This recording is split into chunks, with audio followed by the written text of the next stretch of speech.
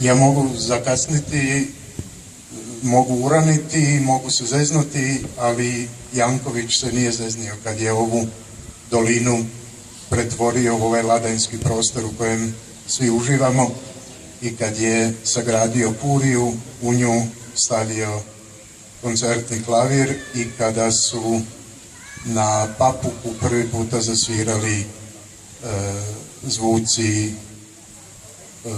klasične glazbe. Ovaj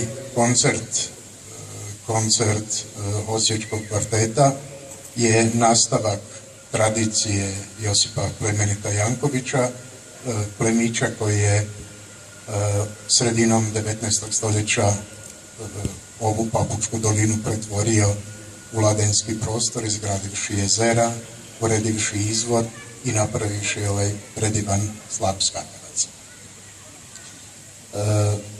U nastavku koncerta ćemo čuti skladbu Priča o Jankovcu Andreje Gribl, koja je zaposlena u Osijeku u glazbenoj školi gdje predaje klavir i gdje je korepetitor i koja je zamolila da se zahvalim njenim profesorima, Bojagiću, profesorici Cvetićanin i Linčanin i profesorici Drakulić, koja nažalost nije ovdje, koja je dala temelje kompozicije.